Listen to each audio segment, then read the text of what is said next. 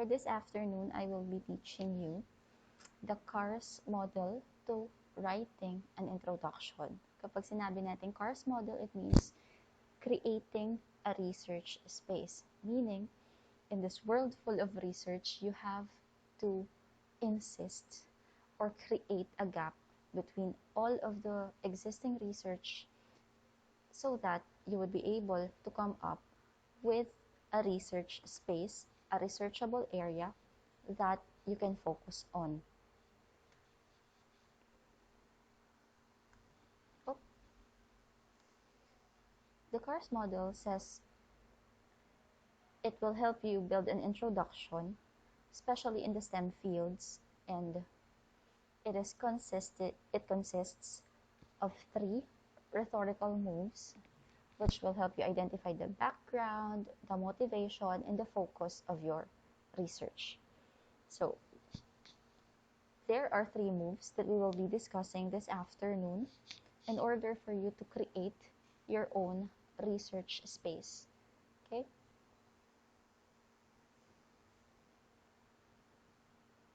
So, the first move is establishing a territory. So, in order for you to establish a territory, of course, you have to read a lot of research articles, published articles, so that you could have an idea what is lacking in the field, or if there is an existing research in the field, what is the gap? Okay? For the move 1, you establish your research territory. Basically, what you'll do here is you will explain a broad topic, and then you will try to be very specific little by little. As you transition your paragraphs, you will try to be specific on why is this general research area important. So your goal in the move 1 is to explain the situation, you explain the background of the study,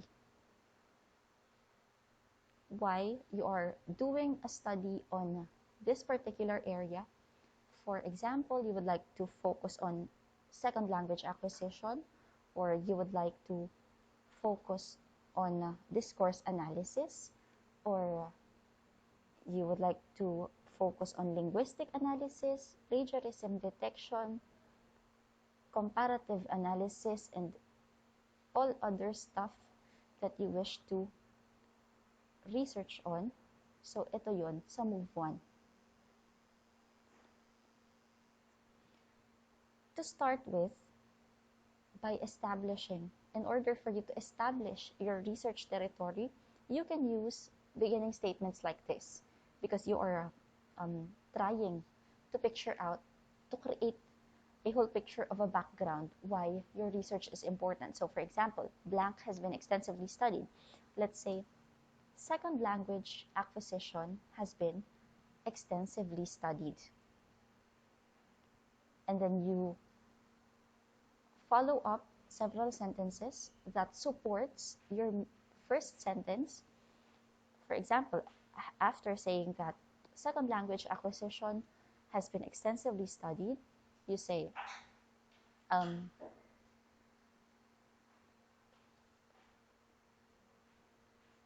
research has shown that children of age 2 to 3 years old who are trying to acquire their first language at the same time as their second language has higher chances of whatever it is, for example, maintaining communication or acquiring English or whatsoever, in support to the first statement. Or you could also say interest in, for example, discourse analysis. Interest in discourse analysis has been growing. So again, you have to use statements in order to support your first statement.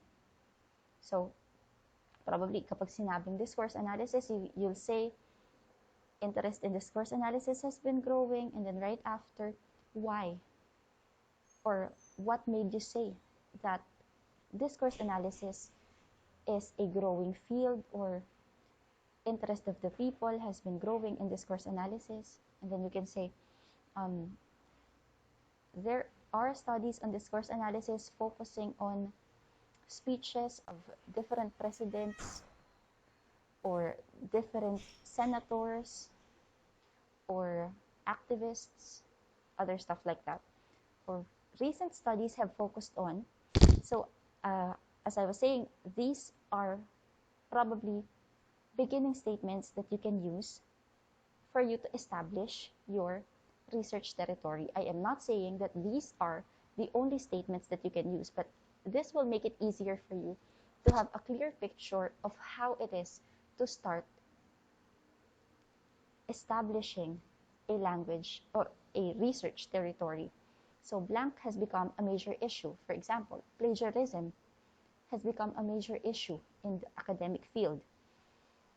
So research in plagiarism detection shows that there are extrinsic plagiarism detection software used rather than intrinsic plagiarism detection software.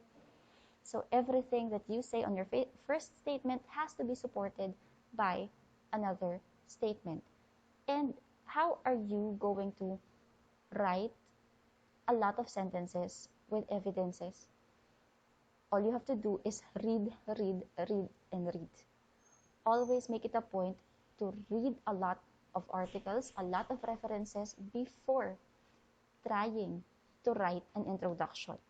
Because without your references, it would be very difficult for you to write an introduction. Okay? So whenever you are trying to write your introduction, always make sure or make it a point that you have already taken notes about the specific topic or specific theme that you wish to write on. So in your case, you already have child language acquisition, contrastive analysis, rhetorical analysis, or whatsoever, language and colorism. So you have to read several articles about language and colorism. 1 is not enough, 2 is not enough, probably 15 and up. You can come up with a good introduction. Okay? Second move. So right after your move 1, as I was saying, move 1, it does not mean that as you establish your research territory, you just need 1 paragraph.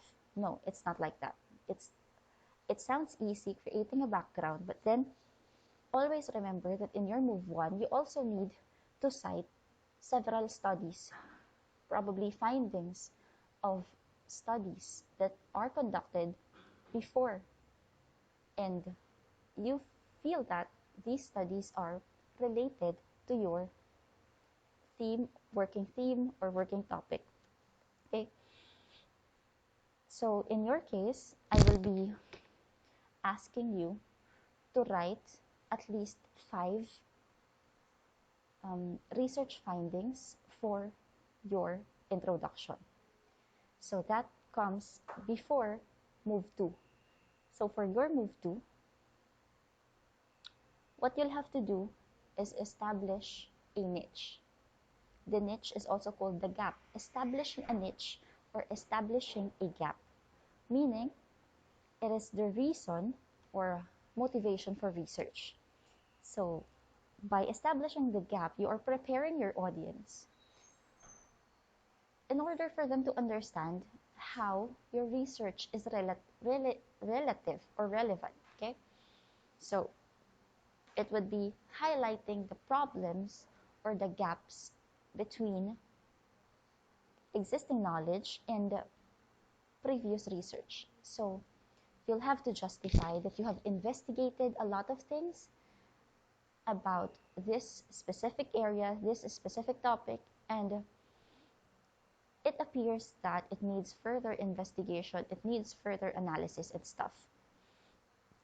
That's why it's called creating a research space. Even if there's like nothing to research about and there's almost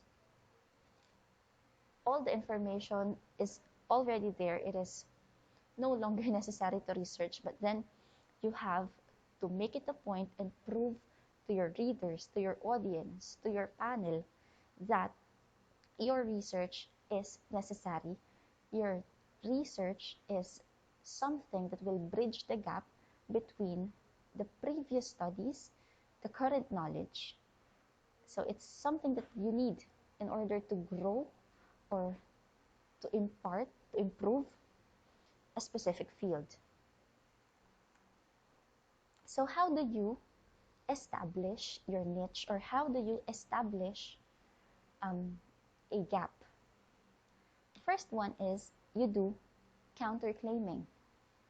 You tell that something is wrong, even if sometimes you cannot find anything wrong, pero feeling mo you need to do a research. It is a requirement. Your thesis is a requirement. So what you'll have to do is to find something wrong in the works of others.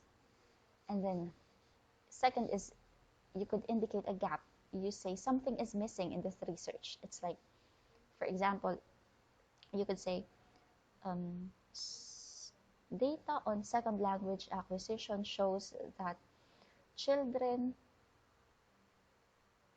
learns a second language best at the age of 5, for example.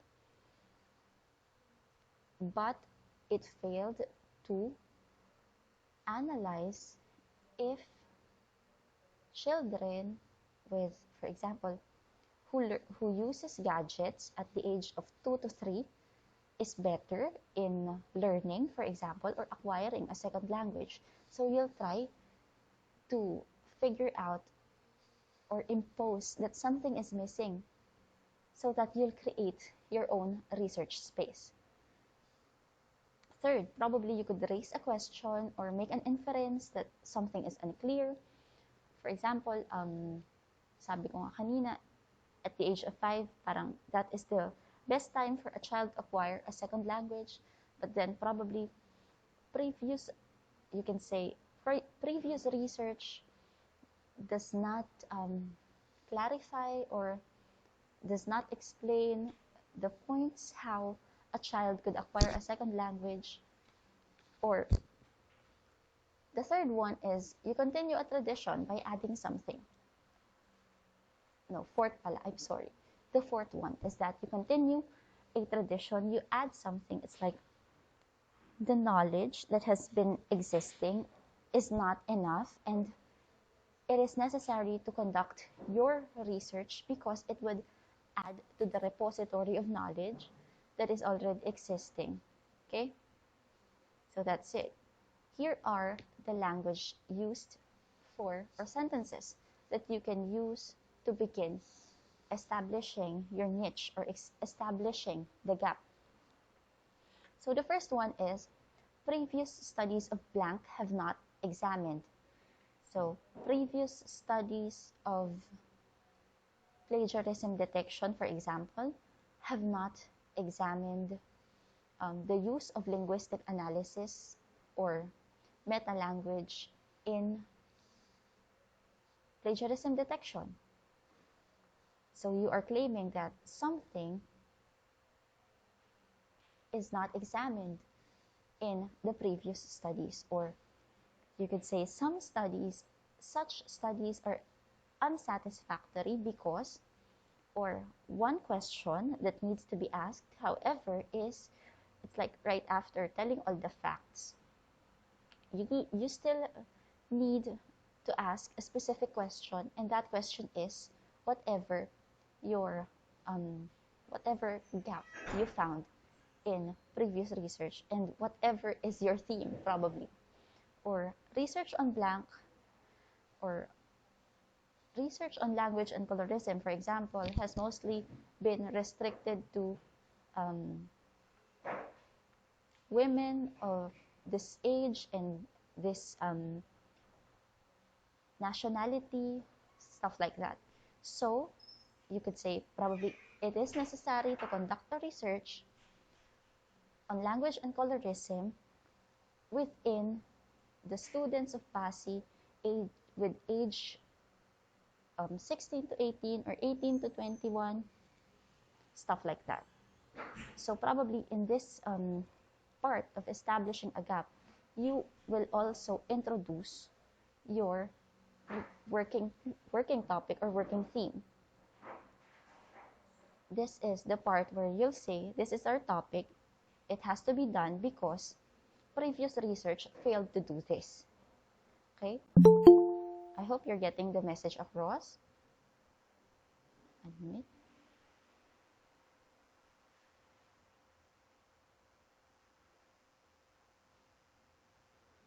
Okay? Next, move 3. Okay? So, it appears like it's very easy to write an introduction kasi meron lang tayong 3 moves. 3 rhetorical moves. So, first move is that you write your background. Second move is that you establish your niche. And then the third move is that you occupy your niche already.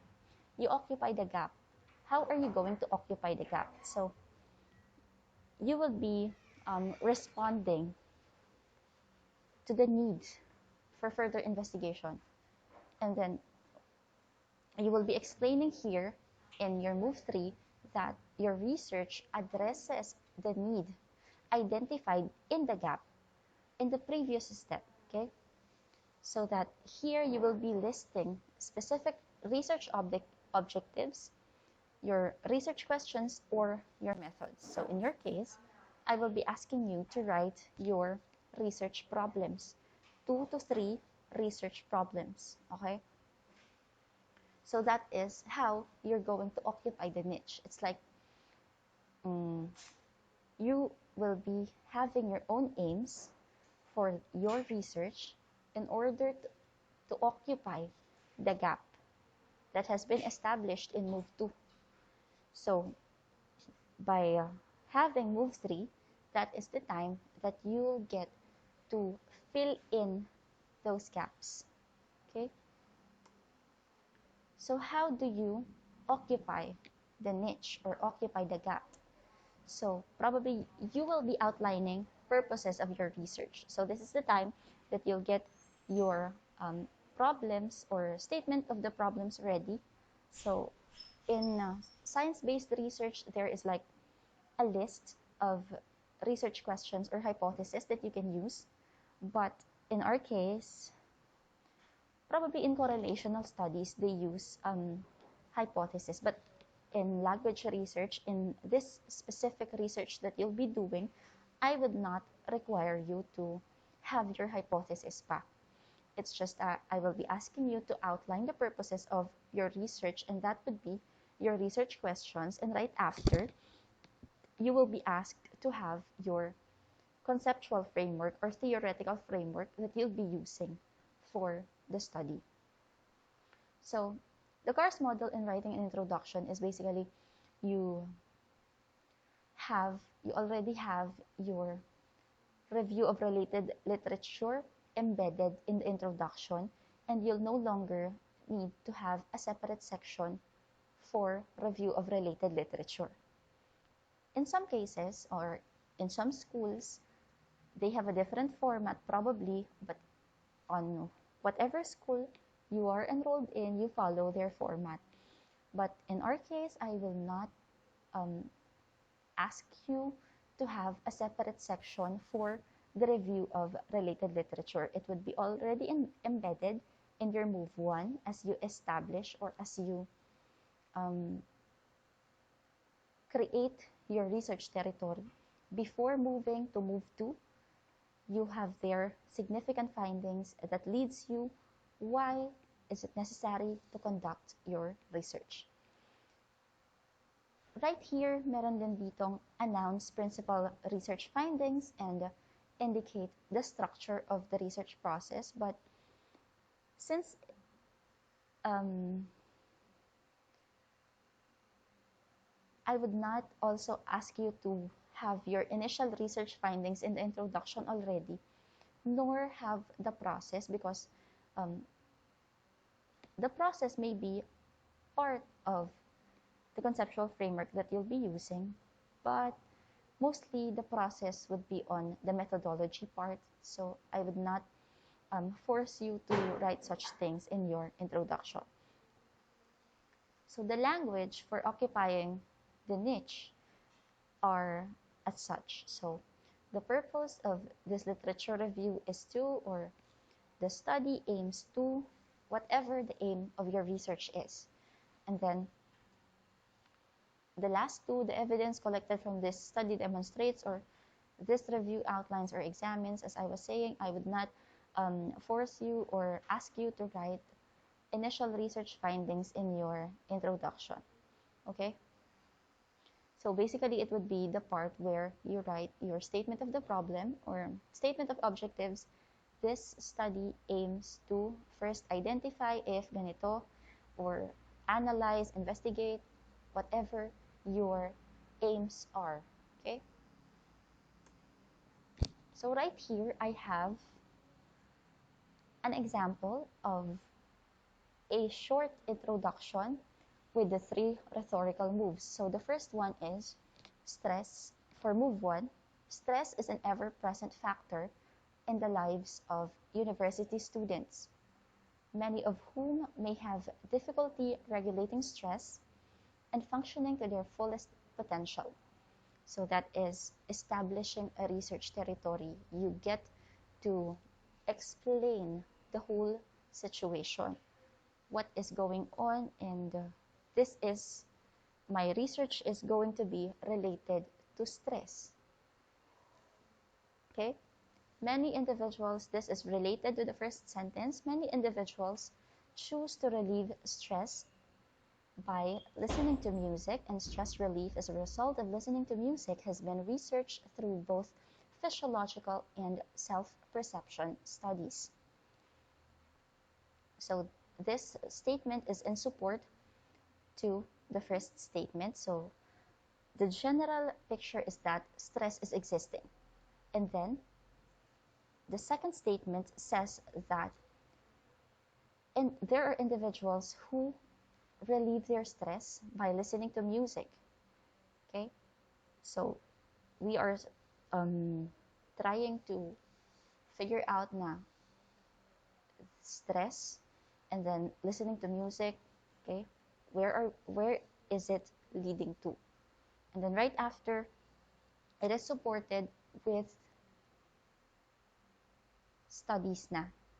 Sabi dito, it is researched through both physiological and self-perception studies. So the researcher is already claiming that stress relief or music, listening to music as part of stress relief is already studied before.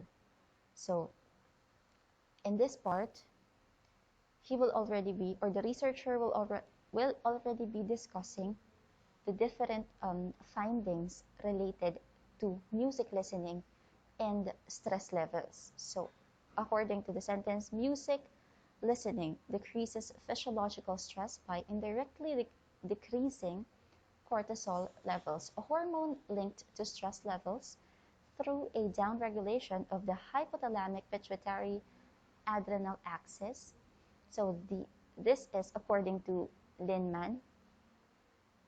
As you can see, there are sources that are already cited in this particular sentence. So that's Linman, Ditzen, and the others in 2015. So this is what an in-text citation looks like. I will be teaching you how to cite properly also in the next few days, in the next few meetings, okay? Studies focused on self-perceived stress levels found that listening to music with a goal of relaxation is significantly more effective than listening to music for the purpose of distraction, according to self-report measures. So that is according to Linman et al. In 2015. So probably the same researchers as the above. So in this case, he just listed 2 findings related to music and stress levels. But in your case, I will be asking you to write at least 5 findings from 5 different researchers or articles or publication, 5, before proceeding to move 2. And that is going to be your activity for the next meeting. You will be writing your move 1. Okay? So in your move 1, you will have establishing a research territory. Yun lang muna. And then right after, you will indicate 5, at least 5. And the most could be 10, depending on how many studies you found relevant for your working topic. Okay? So for move 2, while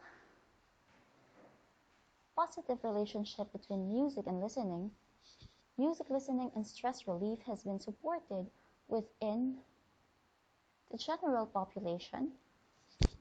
Here he makes counterclaiming already. Little research has been done to examine music's effect on mental health and stress levels of university students in particular. University students exhibit a higher rate of both stress-induced depression and anxiety than the general population due to the pressures of completing complex programs while often living away from home for the first time. Here, again, he cited several studies from Hanser, from Glancy, from Pitts, okay? Several studies that is related to, or that is supporting his claim that there are very few studies that examines the music's effect on mental health. So if you will do counterclaiming, for example, you said there is like very few studies that focuses on contrastive rhetoric analysis, for example. There are very few studies that focuses on contrastive rhetoric analysis of this and this, and it is what you'll have to do is that you will also need to find different studies which says the same or which supports your claims. Okay, do not look for studies that says otherwise and use it as a statement to support your claim. Always make sure that whenever you try to claim something or whenever you write something, always and always and always and always have a backup from published articles, related studies that has already been published, that were already researched in the past. Okay? As a result, I hope you can follow. Nandito na ako after 2030. As a result, students' stress relief is a critical part of ensuring student well-being, especially with students' mental health at the forefront of many recent discussions among university faculty, staff, and students. So that is part of the move 2. For the move 3, this is where you will be occupying the niche. It's like you will be addressing the gap that is established in your move 2. So for move 3, what you'll have to do is something like this. This investigatory survey is the first step in a multi-stage study on how undergraduate residents, in our case, for example, Bulacan Agricultural State College, use music in relation to stressful situations. So that is the first research aim or objective. Second is how stress relief through music listening is perceived. So we have 2 research aims or research questions, and then he proceeded with the hypothesis, saying, we hypothesize that students will report stress relief as one of the primary reasons they choose to listen to music, and that they will report choosing music they enjoy when they need to relieve stress. So that is the hypothesis. But in your case, I would not be asking you to write your hypothesis. Patterns observed in student responses will be used to determine specific research questions for further investigation, and research on student stress relief should help to inform university policy makers on ways to create healthier campuses. So that's it for the move 3. But in your move 3, I would just ask you to write your statement of the problem or research objectives.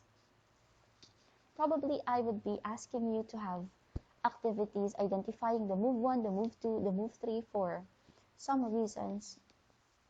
But in your case, we need to hurry up so that we can finish thesis.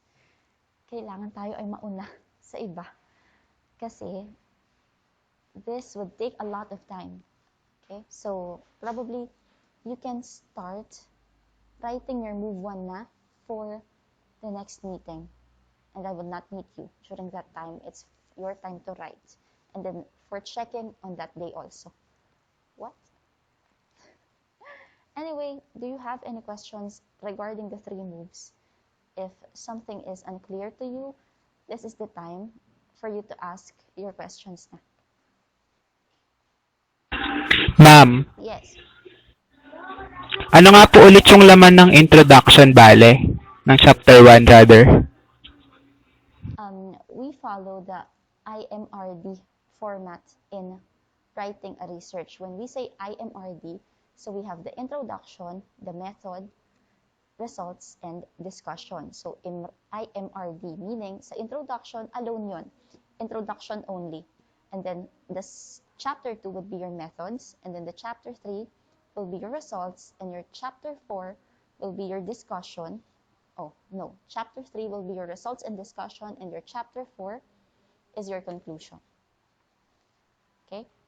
Chapter 1, introduction only. Chapter 2, methods.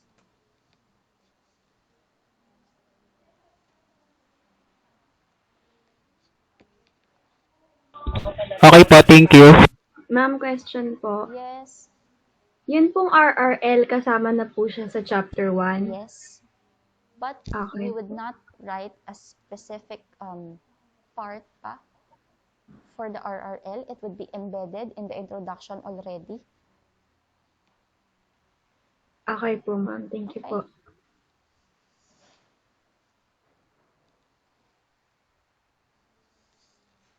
You have any more questions?